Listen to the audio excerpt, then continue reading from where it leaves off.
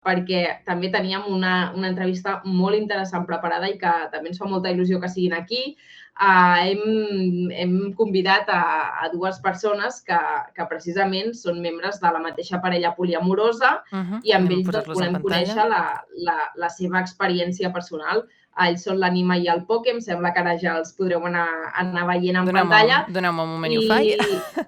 I això, són parella, però tots dos són poliamorosos i llavors el que els volem preguntar una mica és com és ser poliamorós en una societat que potser encara no ho té del tot normalitzat, també com es van adonar que hi havia altres maneres d'estimar i una mica com han viscut ells aquesta experiència, que ens expliquen una mica de primera mà què és exactament això del poliamor i com es diu això del poliamor. I els estem veient, a l'Anima i al Poke. Sobretot, primer de tot, benvinguts i moltes gràcies per venir.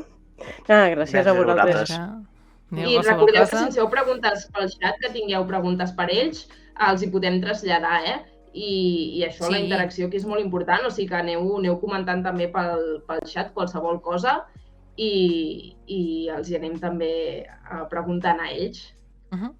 Vale, doncs mira, si voleu tirem en primera pregunta. Ai, clar, espera, us estava dient de parlar, jo no us estic escoltant, tot i que el xat sí. Vale, no he dit res. Bueno, per començar... No passa res. Si ens poguéssiu parlar una mica de com us vau adonar... Problemes del directe. Ja ho sentim, tot bé, coses meves. Sí. Us volíem preguntar com us vau adonar de que éreu poliamorosos, si va ser potser a partir de l'estereotip aquest que tenim de que la persona poliamorosa es fica en una relació monoamorosa i s'adona que no està satisfet, no ho sé.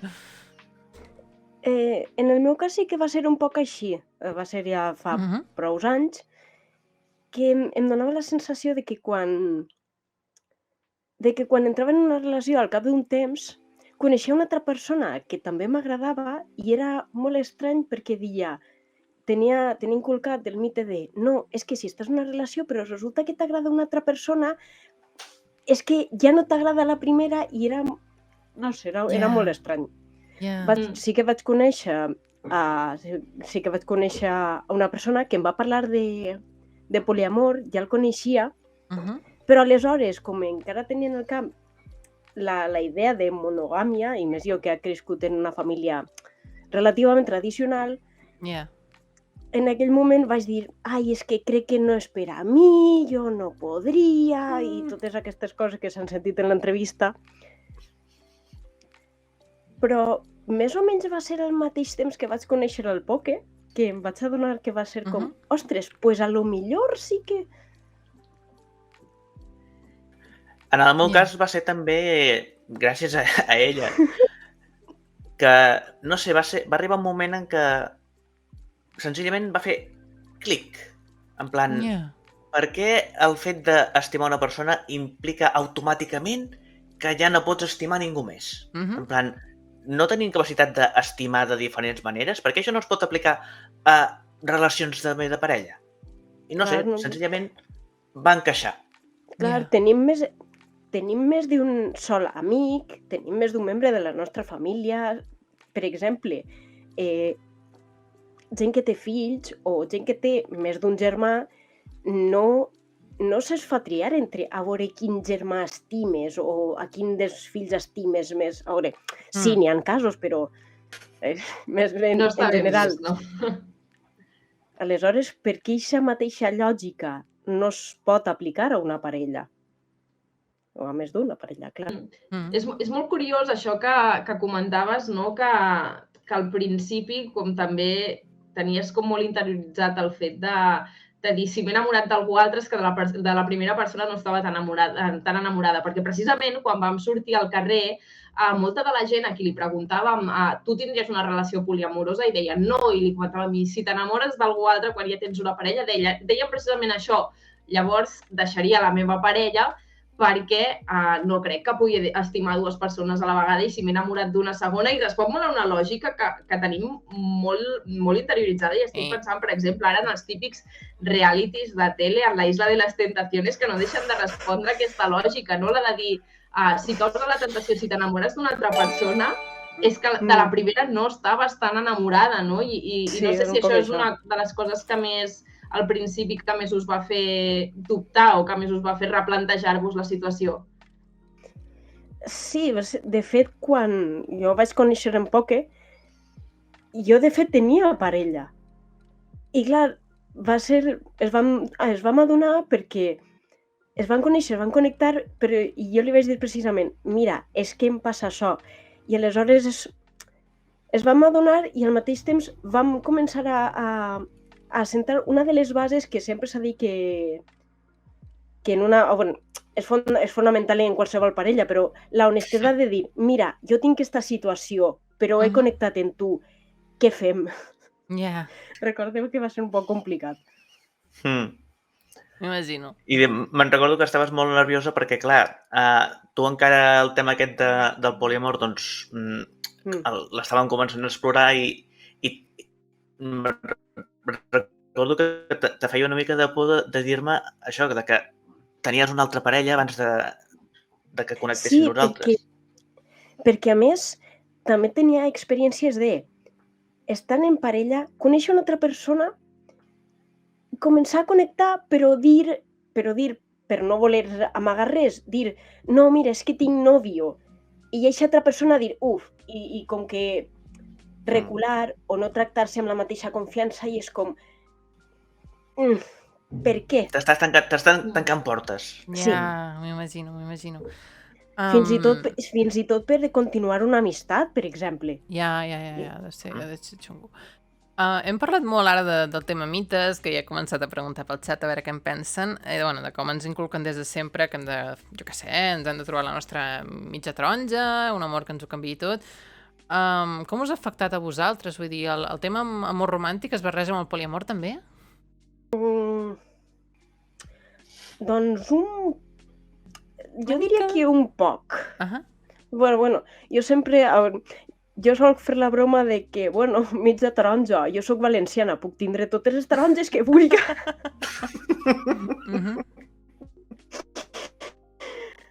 No, però és això, també és el que diu, el mite de l'amor romàntic que t'inculquen les pel·lícules de Disney, sobretot pel·lícules més clàssiques, sobretot, que jo que he crescut en els 90, imagine que Poke també que ha crescut en els 90, les pel·lícules de princeses, el príncep que resulta que és el seu amor... La Cenicienta, la Bella i la Bèstia...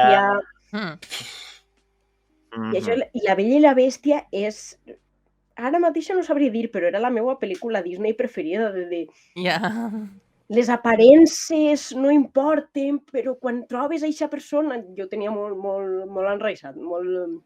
Com es diu? Sí, molt interioritzat. Arraigat, sí, exacte. Sí. Però una vegada que comences a informar-te i comences a explorar, realment, encara que portes molt de temps en una relació poliamorosa, jo personalment no he deixat d'aprendre. No he deixat d'aprendre, d'informar-me, de buscar altres testimonis, per a continuar a aprendre, perquè, clar, una volta descobreixes que estàs en una relació poliamorosa, no saps com es gestiona si no has estat mai. Aleshores, això com es fa...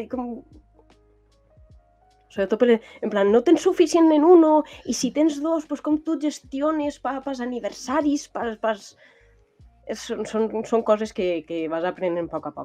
Hi ha molta gent que potser s'està preguntant, potser que no acaba de conèixer tant o que mai ha estat en una relació poliamorosa, com és exactament el fet de tenir una relació poliamorosa en el sentit de si vol dir que una relació, en comptes de ser de dues persones, sigui de tres.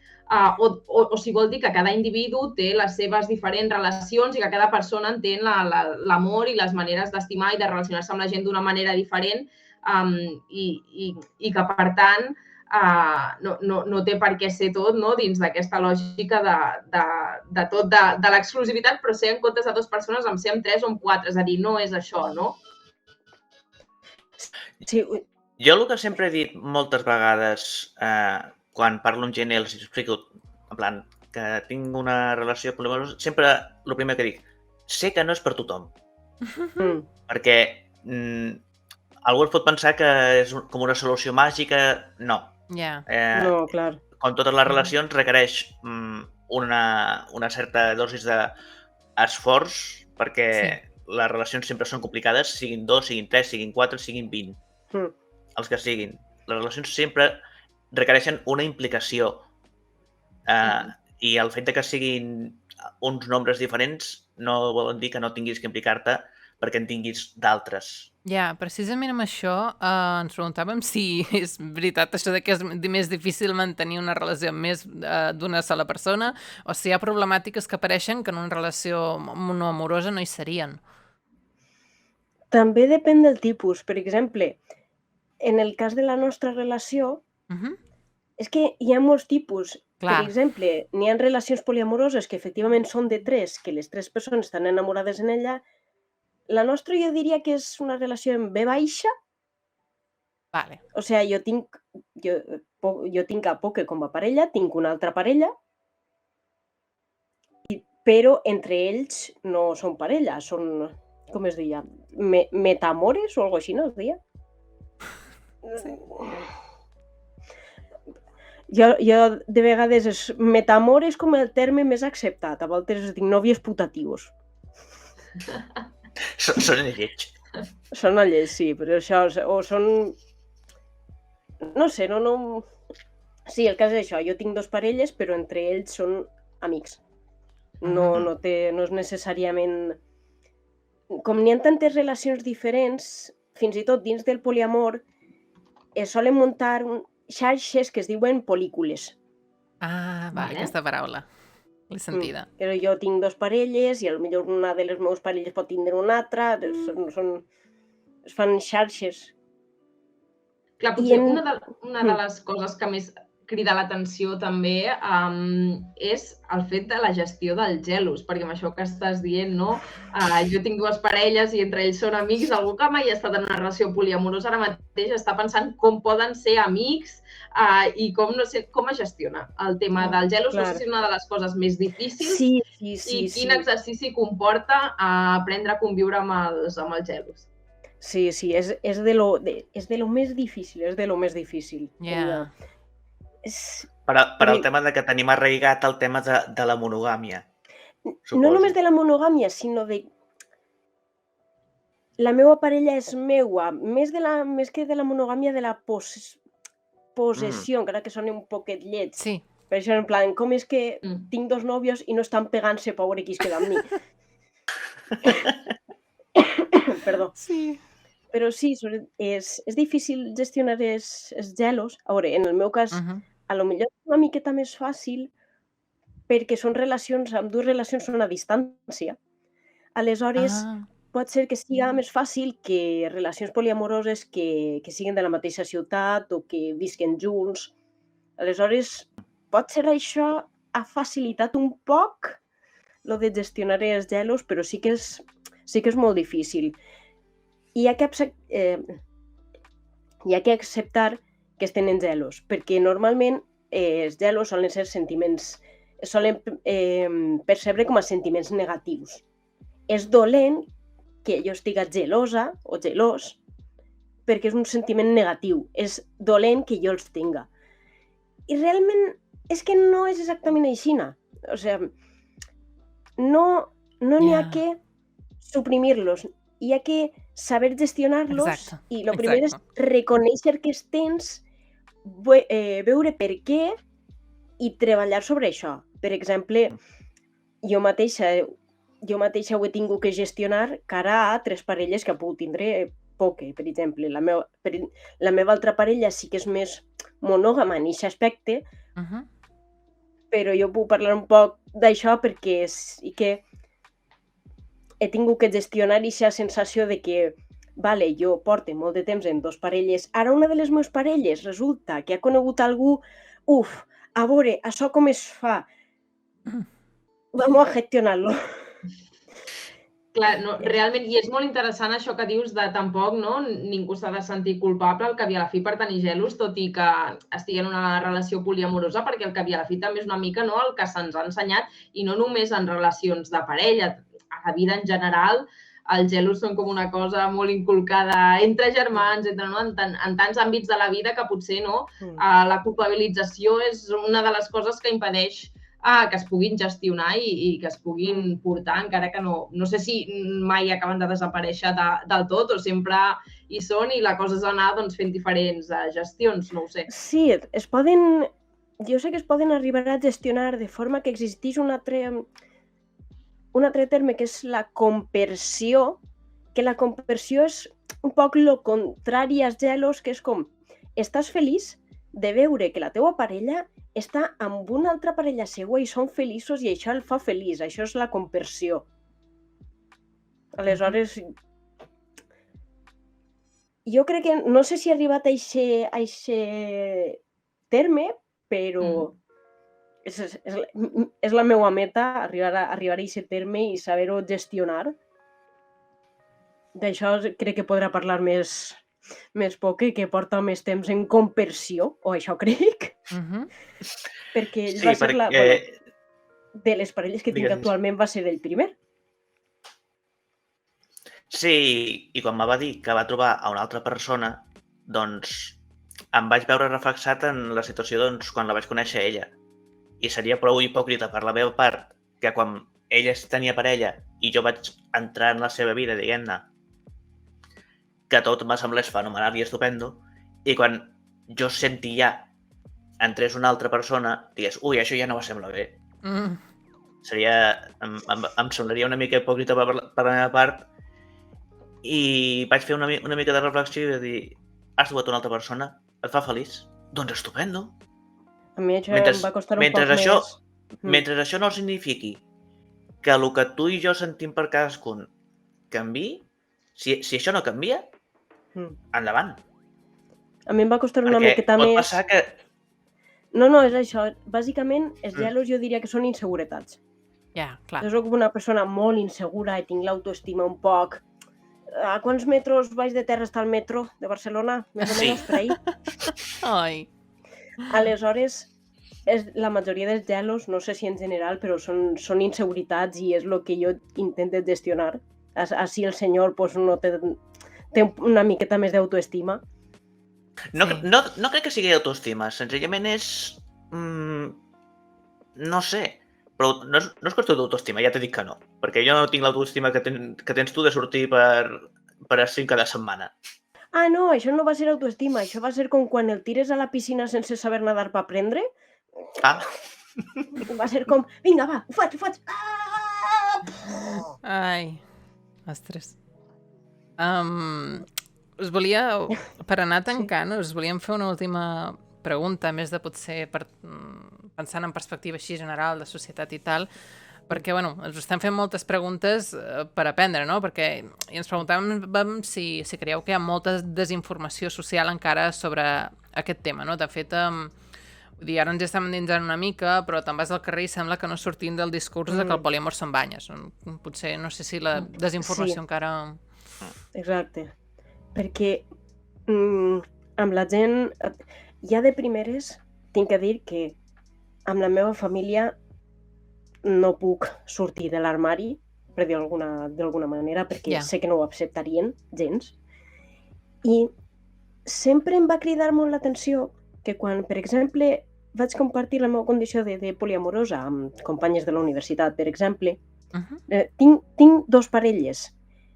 I el primer que em preguntaven era, i ells ho saben? És a dir, xoca normalitzar que està, encara que es vegi dolent, xoca que estigui més normalitzat. Les banyes, que puguen estar 3 persones en una relació de mutu acord, és prou xocant. M'imagino, vull dir que... Jo crec que també té prou de pes el tema de l'Església. En plan, la moral judeocristiana. Exacte, és un país que ha sigut dominat per la religió i encara ho està prou, diria, en la meva opinió. I clar, què diu l'Església Catòlica sobre les relacions? Monogàmia i monogàmia. I no surtis aquí. Per això també es xoca, perquè clar, jo sóc creient. Ah? Aleshores, sempre he tingut la dicotomia. Sí, Per això jo crec que vaig... Si no haguera sigut creient, a lo millor m'haguera informat abans o haguera tingut un poc ment més oberta abans. Sí, però clar, està la dicotomia del sagrado matrimonio, el hombre y la mujer, tal. Pero que nasos, Dios es amor. Ama a tu prójimo. Aleshores sí, va ser... Sí, és una mica el que comentàvem al principi de tot el tema també de la monogàmia, com ha estat arrelat a certs factors, com poden ser la mateixa lògica capitalista en el seu moment, productiva també, la religió. En tot cas, són molts conceptes, la veritat és que és tot un món també a explorar. Segur que també hi ha molta gent que està fent aquest... M'ha semblat molt interessant això que deies, Poquer, del clic, no? Vaig fer un clic en algun moment. És una cosa que també, per exemple, amb la noia del reportatge que també ens explicava que és poliamorosa, també compartia aquesta mateixa reflexió. En un moment vaig fer un clic, no? I és com bastant representatiu del fet de desconnectar d'allò que tant se'ns ha ensenyat i aprendre que l'amor pot anar més enllà o que hi ha més maneres de relacionar-se i que al final cada persona és un món i no està escrit i com s'ha d'estimar i no només hi ha una manera, no? Sí, definitivament. Doncs bueno, Nima, Poquer, moltíssimes gràcies per estar amb nosaltres avui al programa. Pels que diuen que les relacions poliamoroses no duren... Cert. Poquer i jo portem 8 anys junts, més de 8 anys. I amb la meva altra parella, aquest mes en faré 4. Llarg. I estem magníficament. Doncs mira... Sí, que poliamor també pot anar lligat a estabilitat, que és una de les altres coses que potser sembla que no. A veure, també es té que... És com diu Alfa, la comunicació i la confiança són fonamentals, però també conec testimonis de famílies poliamoroses, una Twitter a la que seguisc que viu amb el seu marit, amb el pare del seu fill i amb un altre nòvio. I viuen els 5 en la mateixa casa i són una família feliç. Aleshores, també m'ha ajudat això, a tindre referents.